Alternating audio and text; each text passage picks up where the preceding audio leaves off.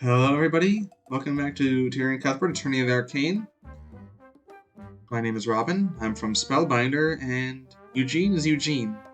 Eugene, monkey. Bailiff, please make sure that the stenographer gets Harold's translations. Ugh. Can't see the armbands on him right now. He must be at his normal intelligence now. Although, how would he even wear them? Perhaps he held them in his hands. They require only physical contact after all. Eugene, did you steal from the gallery on the night of the murder? Eugene never steals from Harold. Eugene respects Harold. Then you'll have no problem testifying about where you went during the Lord's Ball. I can't believe... What's happening? I can't believe I let you convince me to permit this.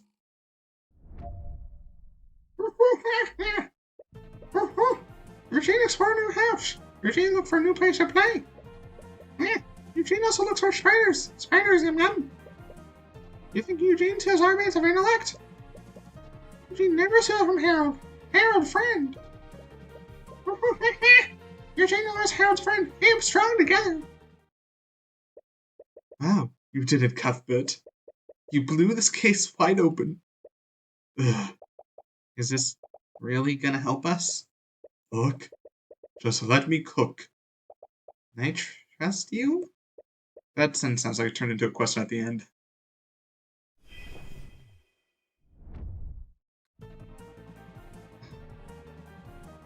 Interpret? Objection! What? Oh no, the witness's thoughts contradict evidence. Mr. Cuthbert, wait a shame I was writing things where it was not contradictory. What? Okay. But Harold is an associate of House Frege. Surely you visited Frege Manor before that night. Manor constantly changes. William, always doing renovations. There's always a new discovery to be made. So does it make sense? William clearly certainly had the gold for it. Anyways, what else did you do that night, Eugene? What else did you see that night, Eugene? You enjoy eating spiders. Spiders good. Rich in nutrition. Angry? Wait, really? Some cultures in the Eastern Kingdoms eat roasted crickets. I've tried them. They're actually not that bad if they're prepared correctly. I don't think I could ever be that adventurous. Can we please stay on topic? I wasn't accusing you of anything, Eugene. Perhaps you accidentally unlocked the case and took them thinking they were some sort of toy. This could all be an honest mistake. Eugene not dum-dum. Eugene know how important artifacts are to Harold. Eugene never take from him. Eugene never steal from Harold. Harold friend. You might not have knowingly done it. Perhaps you took the artifacts by accident. Eugene never do that. Then how do you explain your brief contact with the Sword of Spell Eating? Harold couldn't telepathically contacted you unless one of you was wielding it. Eugene don't understand question. Right, he won't understand how the sword works without his heightened intelligence. Unless... Eugene is Harold's friend. Keep strong together. Do you consider yourself close to Harold? I would guess so. They literally have a magical connection with each other. Right, I suppose a bond between a mage and his familiar would require a lot of trust. Harold saved Eugene from Batman years ago. Eugene would never betray. So you're a rescue. Batman locked Eugene in cage. He tell people to throw peanuts at Eugene. Harold take Eugene away from that prison. Lock up Batman. He seems to genuinely care for Harold. Could that be why he did this? He clearly feels indebted to him. That might have been his motive? Tyrion. I know it looks bad, but I swear there's more to this than meets the eye. If you say so? There has to be something in his statements. He had to have revealed he had been wearing the armband on the night of the murder. Which thought reveals that? Not how Tracker spoke. Is there anything different in the way Eugene is speaking right now?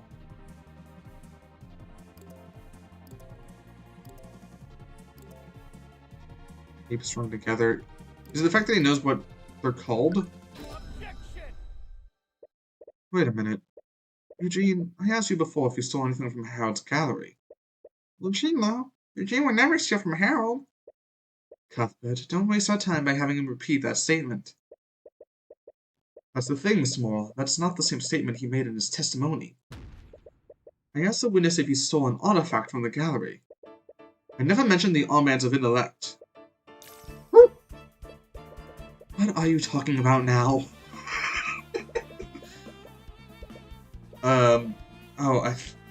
I better make sure to title this episode like Monkey Business. It was clearly just a simple mistake. It's not just the fact that he named the wrong artifact, Mr. Mora. It's the fact that he used its actual name. I'm afraid I don't understand what you mean, Mr. Cuthbert. Your Honor, animals can't speak the same way that humans do. Even when a telepathic link is established, their vocabulary is extremely limited. Right. Tracker got the sort of spell eating a stick before. It was hard to understand what he really meant. Exactly. So that raises the question, how did Eugene know that they were called the Armbands of Intellect? Wait, how did he know? The armbands were stolen during the Lord's Ball and replaced with a well-made replica. Where are the Armbands of Intellect right now? If he had worn the armbands when he was sneaking through the vents, he would have never had the opportunity to put them back. And the armbands are still missing. Eugene hid the armbands in the vents. Somewhere in Frigga Manor. So one of the armbands when Tracker caught him sneaking through the vents.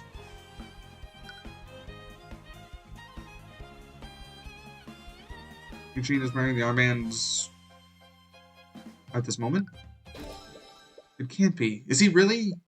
Armbands were designed to be worn by humans, so Eugene couldn't wear them on his arms. So where would he wear them? I usually thought he carried them in his hands, but there's a far simpler explanation. Eugene, do you still maintain that you didn't steal the armbands of intellect? Eugene told you already. Eugene never stole from Harold. Then I suppose you wouldn't mind taking off your hat. Uh-oh. Are you serious right now? You don't think he's wearing them right now, do you? It's the only thing that makes sense. The armbands were taken on the night of the murder, and they are still missing. If Eugene did indeed steal the armbands that night, he would have never had the opportunity to return them. He had no choice but to continue wearing them until the investigation was over. This is absolutely ridiculous. You're spinning a fairy tale. Do you honestly expect us to believe that a monkey increases intellect beyond human limits? If I'm wrong, the witness can easily refute my theory by removing his hat. Well, what's it going to be, Eugene? You seem fully break character. And he slowly but silently lifts his hat. No, you can't be serious.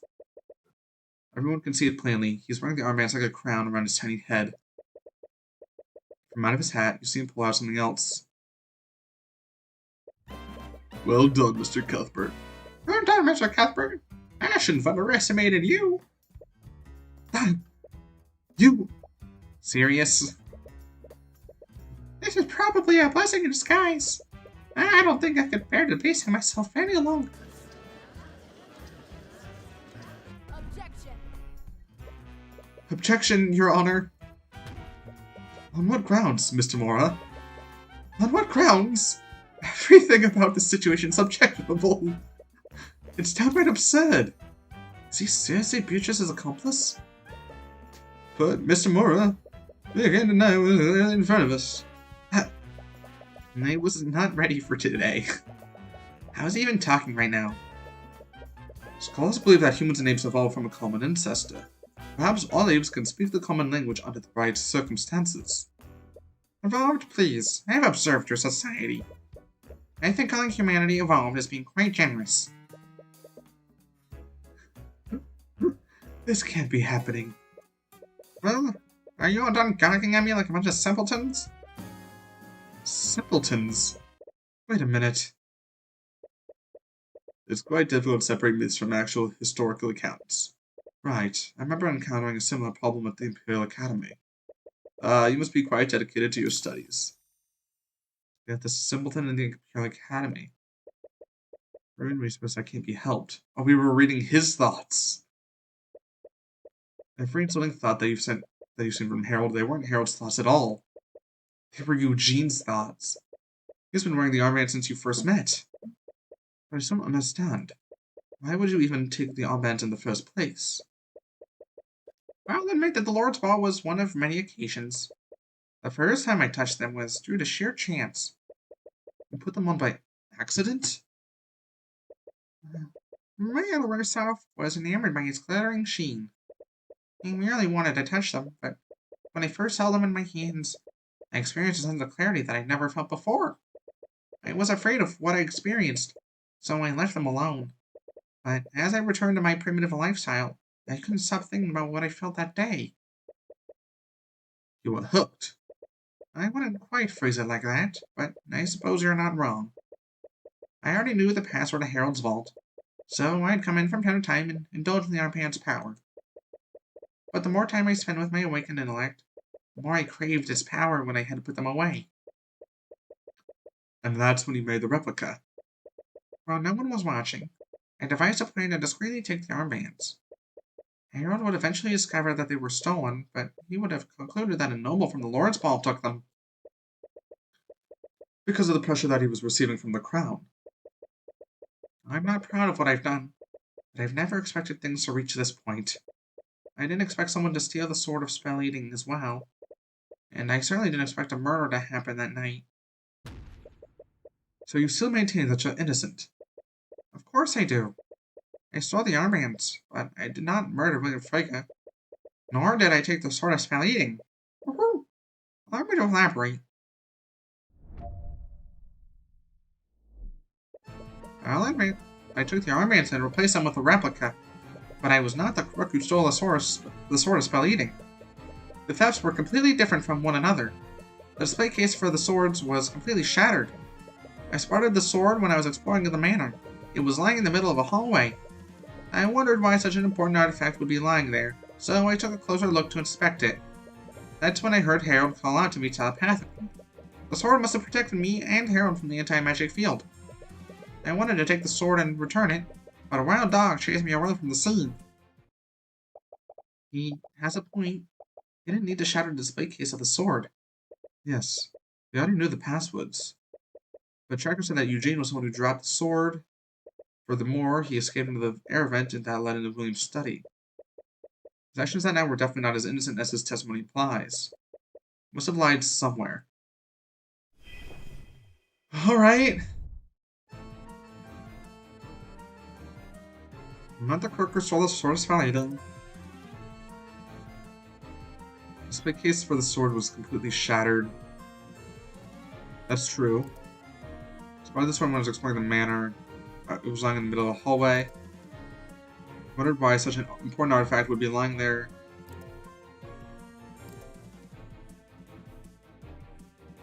Okay, let's just start pressing.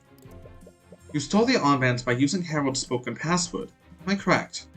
Yes, and he sat on his shoulders most of the time. He obviously never suspected what I do, so it was a simple matter of listening to him when he transported the artifacts to Frege Manor. And can I assume that you knew the passwords for the other displays as well? I do, and I can easily demonstrate it. You doubt that he lied about that when you can easily check it. Even so, you already lied about not stealing the armbands. Why should we believe you now? The answer to that lies in the physical evidence. How do we know that you didn't shatter the glass to cover your tracks? Everyone's password nullifies the locks, but they don't nullify the magic that protects the clients. Harold told you himself, didn't he? Only a powerful mage could have shattered the reinforced glass. But as a familiar, magic can be cast through you. Only Harold can cast magic through me. I can't cast any spells by myself. And even if I could, Harold's spell compendium doesn't have a spell that's powerful enough for that. His logic is sound? But if what he's saying is true, who shattered the glass? Anyways. Spotted the sword was at the manor. It was lying in the middle of the hallway. But that location was near Frege's bedrooms.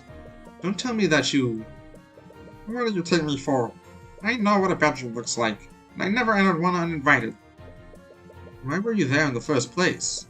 I was coming back from the rooftop garden, but I suddenly felt something interfering with the armband magic. The anti-magic fields. Yes, I was worried that something had happened, so I made my way back to the gallery to meet up with Harold. I see. Could you add this to your testimony? Very well.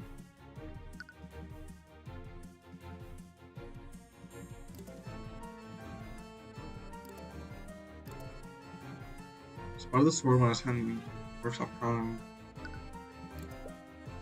So you were heading directly from the rooftop garden to the gallery. But do you honestly expect us to believe that someone just left the sword of spell eating in that hallway? Think what you will, but it's the truth. Perhaps the murderer left it there after they were done using it. If the King's Guard found it there, they would have had no idea who stole it. That does sound possible, but you should be so quick to believe him.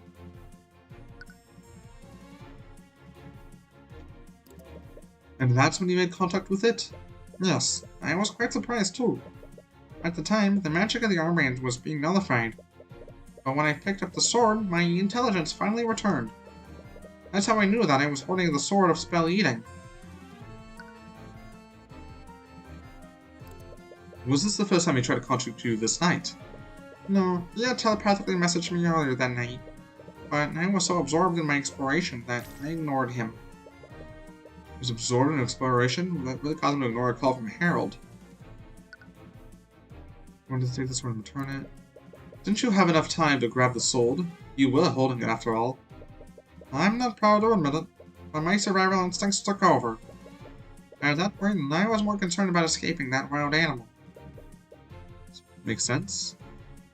Tracker is several times larger than him, he had every reason to be afraid. The story makes sense. There's no way he could have shattered the glass. I suppose so. But Tracker saw him that night. He was definitely traversing the vents in the hallway, which means that he lied somewhere in his testimony.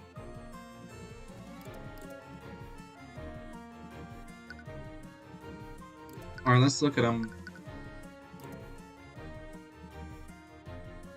Alright.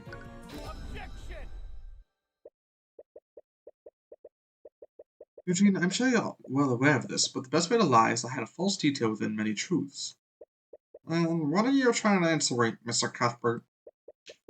You said that you were heading from the terrace to the gallery. Did you take any detours? Of course not. The armband's nullified. My intelligence was slowly fading. I wanted to return to Harold as soon as possible. Witness, I'd like for you to take a look at this floor map of Frigga Manor. This is the location where that wild dog found the sword of spell eating. So tell me, Eugene, how did you spot the sword of spell eating? When it was hidden in the hallway north of Beatrice's room. That's... Why are you nitpicking such an insignificant statement? He probably just got distracted and went down the wrong hallway. Mr. Mora, Eugene came from the rooftop garden, and he was adamant that he went directly to the gallery to reunite with Harold. Even if his intellect was muddled, he was intent on reuniting with his worried companion. He definitely took the direct route, but if he had, he would never have been able to see into that hallway. I see your point, Mr. Cuthbert. But what does this mean?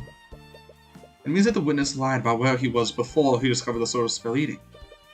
It wasn't coming from the rooftop garden. It came from the advent in that specific hallway. Yeah. So why were you in that hallway, Eugene? You lied in your testimony. Was it because you wanted to hide what you were really doing that night? Hey. Admit it, Eugene. You snuck through the air vent to avoid detection. Then you used the air vent in that hallway to break into William's study. After that, you murdered him using his letter opener, didn't you? That's not what I meant there to do. No, I didn't mean... Fascinating. Bonk. It is true. Did you break up William for your study during the lockdown? Well, I did enter his study, but not for the reasons you think. William Franco was already dead when I got there. What? What did you just say? It's true. You honestly expect us to believe a story like that? How could someone else have killed the victim before you got there? Tracker took the sword of spell eating, and you were the only intelligent creature that could walk through the air vents. I understand how unbelievable and suspicious it sounds. Anything I learned in the first place. But it's the truth, Mr. Cuthbert. You gotta believe me. I don't see any contradicting thoughts with the eye, but that hardly absolves him of guilt. But could he really be telling the truth? If that's true, that only brings me back to the one question you've been asking since this all began. Who really did this? Okay, Eugene, let's assume you're telling the truth. Do you actually believe me? Let's not get ahead of ourselves. You're still my only suspect for this. But I know better than anyone about jumping to conclusions. So I'll give you the benefit of the doubt for now. I see. However, if you want to absolve yourself, I need you to tell me about what you really saw that night. There might be anything that might point to who really did this. Very well. I'll tell you what I saw. Although, I doubt you'll believe me.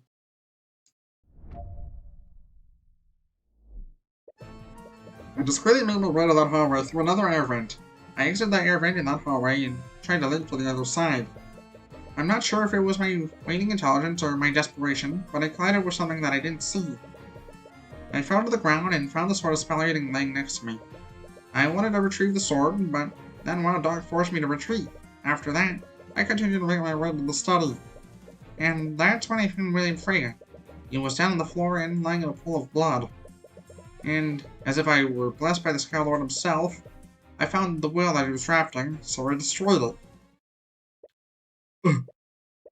Well, Mr. Helgen, I find this story very difficult to believe.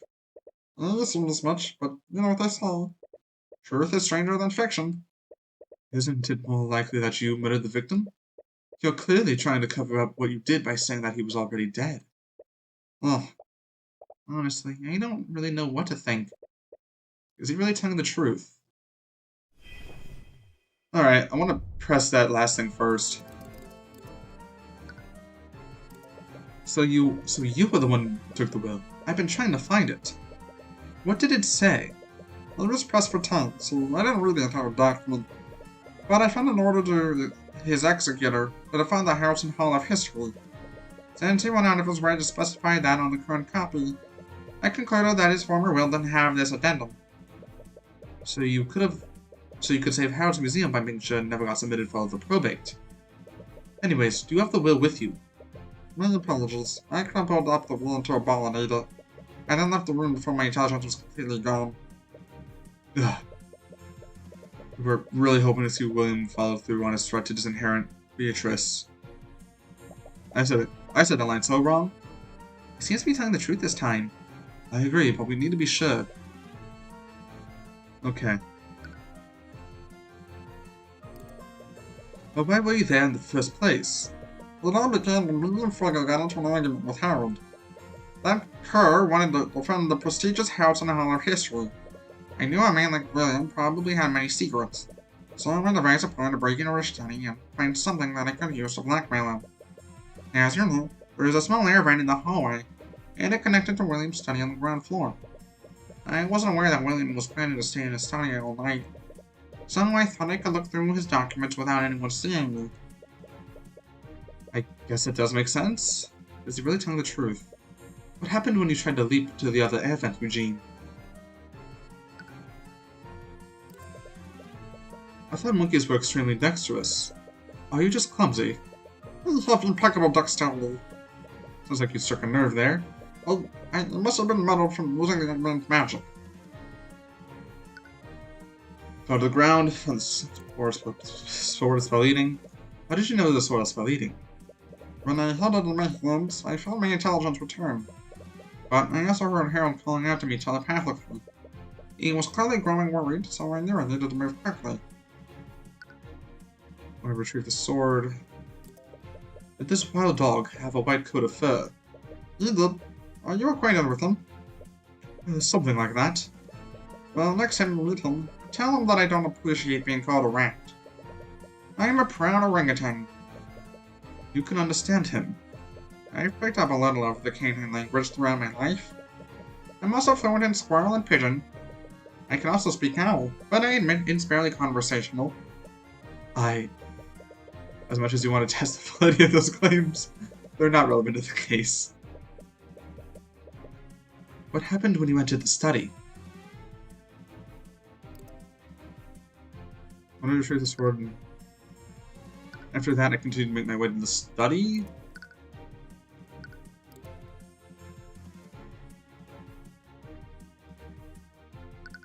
But the study is... I don't even want to look at the map. Here. I'm just gonna try. Nope.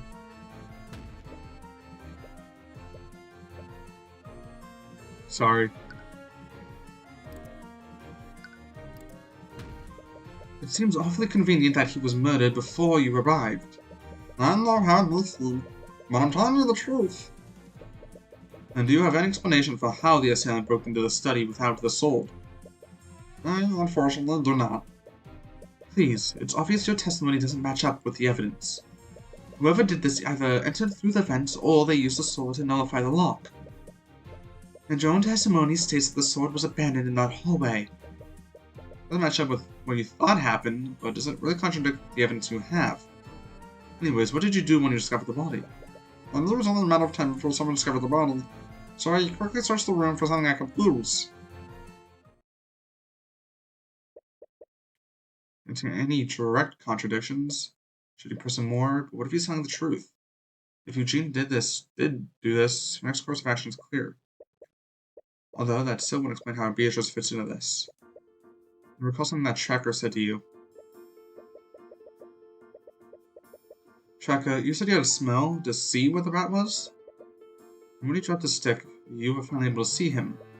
Does this mean you couldn't visually see him before? Oh, that's right. Yes, Tracker couldn't see the rat with the ice, so Tracker used his nose to see it. I don't know why Celeste responds. It's like they forgot that she's not supposed to understand him, but whatever. Oh, I mean, Eugene was invisible. Eugene, when you were carrying out your plan, did you turn yourself invisible somehow? No, I hardly had the means to. And even if I had somehow convinced Harold to cast a spell on me, he doesn't know how to cast invisibility. Very few mages do. Right. I recall Air saying the same thing during the Nightgrave trials. Only Master of Illusion Magic could do that.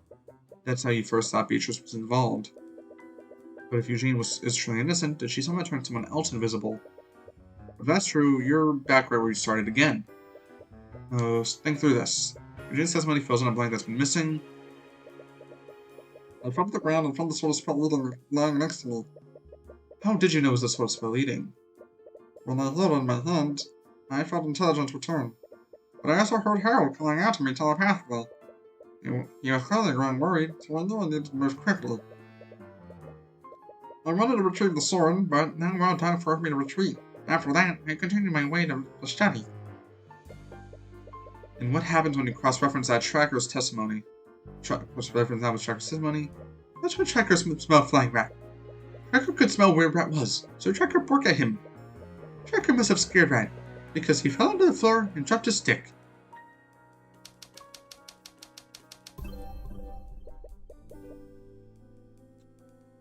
I'm not sure. Eugene dropped the sword in the hallway?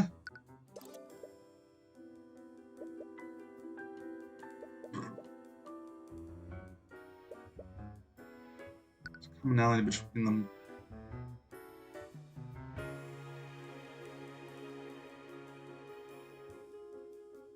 Thief dropped?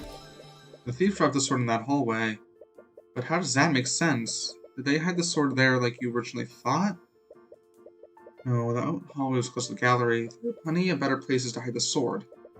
If it weren't for Tracker taking it, it would have been found even sooner. The thief must have accidentally dropped the sword there. This can only mean one thing. Why was the thief in that hallway?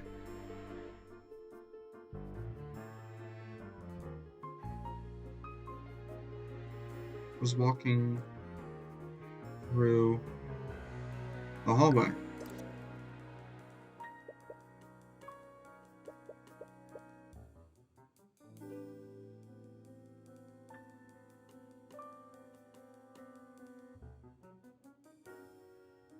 thief was sneaking on top of the air vents?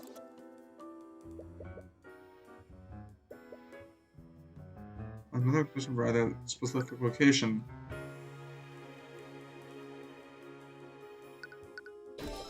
The thief was also sneaking through the air vents.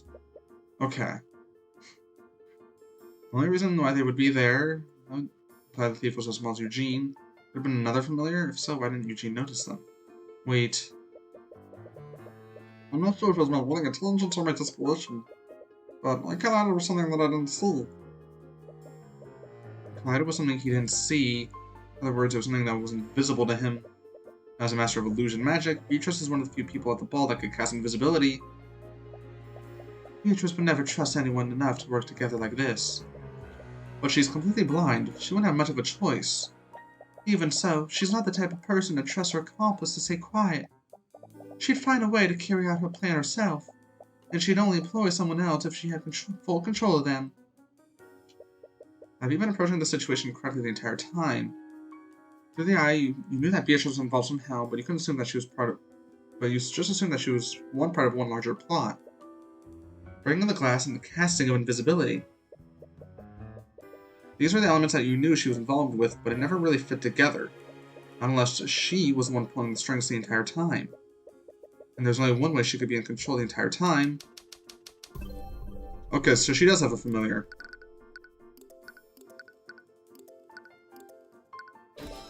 A couple of memories flood into your mind. A familiar is a creature that a mage has formed a magical connection with. With that construct, our souls are bonded. And I can speak with him telepathically. I could even see through his eyes and cast my spells through him if I wanted to. Why didn't you do that when you were looking for him? The whole see through his eyes. Let's not focus on that. Really, I never knew a spell like that existed. It's quite rare. Few mages take the time to learn how to cast it. Hi, I'm Tyrion Cuthbert. I'm Mr. Moore's Wold. She has no Socratic air her. We're going to make it too informal. Instead of taking her hand, she clasps her hands together and takes a deep breath. What? Oh, sorry. I didn't mean to do that. It's a bit of a habit of mine. Oh. Nevertheless, she firmly shakes her hand. I've heard much about you, Mr. Cuthbert. My name is Beatrice. You didn't know that she was blind back then, so you barely even noticed it. But how did she know that you were holding out your hand? Well, do you have any other questions for me? If you're wrong about this, Beatrice will surely be acquitted. And after that, the Inquisition will turn their attention to Harold and Eugene. But there's only one way to know for sure.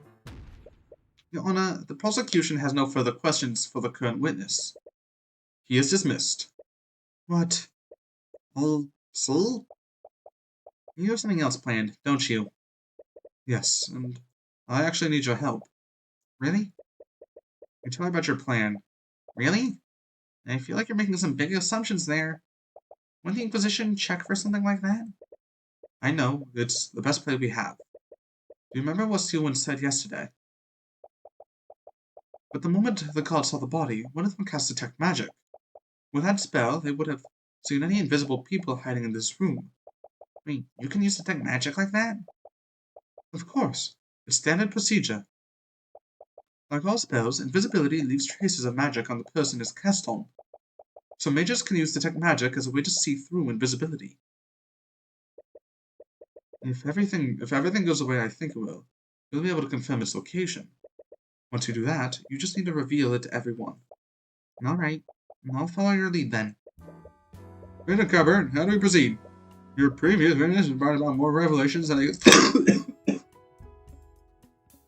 Whoa. Than I could have ever guessed. However, you still haven't given them a substantial explanation about how the murder occurred or who actually did it. I understand that, Your Honor. But it will all make more sense after I call my next witness. Another witness? I understand your hesitance, Your Honor, but everything that we've learned throughout these trials is finally coming together. And this final witness will tie it all together in a perfect knot.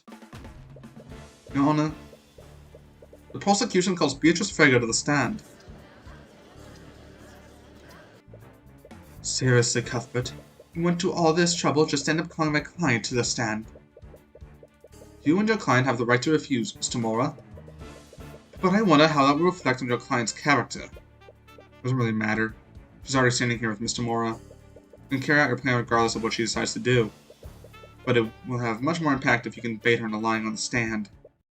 My client says that she's willing to testify.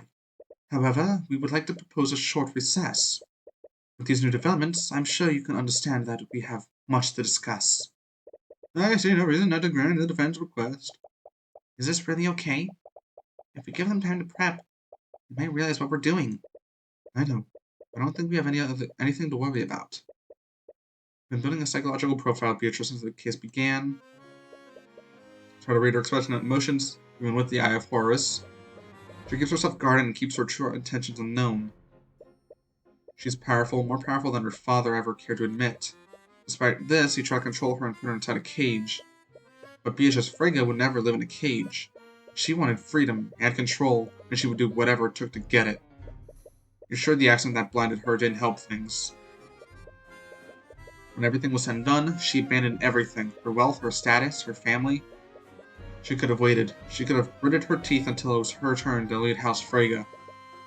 If she was willing, she could have even secretly pushed her father past the gates of death herself. But she couldn't bear to live like that, even temporarily. You have no idea why this is how she chose to do that. Perhaps it's something to do with our meeting. But you do know one thing. Beatrice Frege will never put herself in a position of vulnerability. If you endanger her freedom, she will make sure that she can see who she's up against. In the interest again, the defense time to deliberate. We will be taking an extended recess. Court is adjourned. Boom.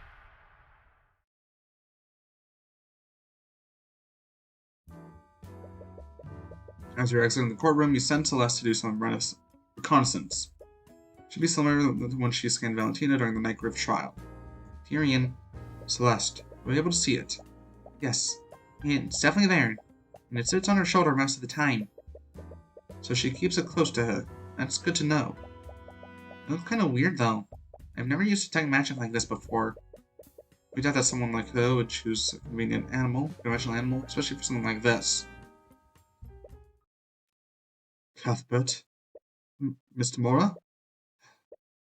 There's something I need to show you. Preferably alone. Celeste gives you a concerned look, but you nod to show her it's okay. She moves to sit on the bench where she can keep an eye on Beatrice. Okay, either way. This seems like a good time for a cliffhanger. See y'all next episode. Goodbye.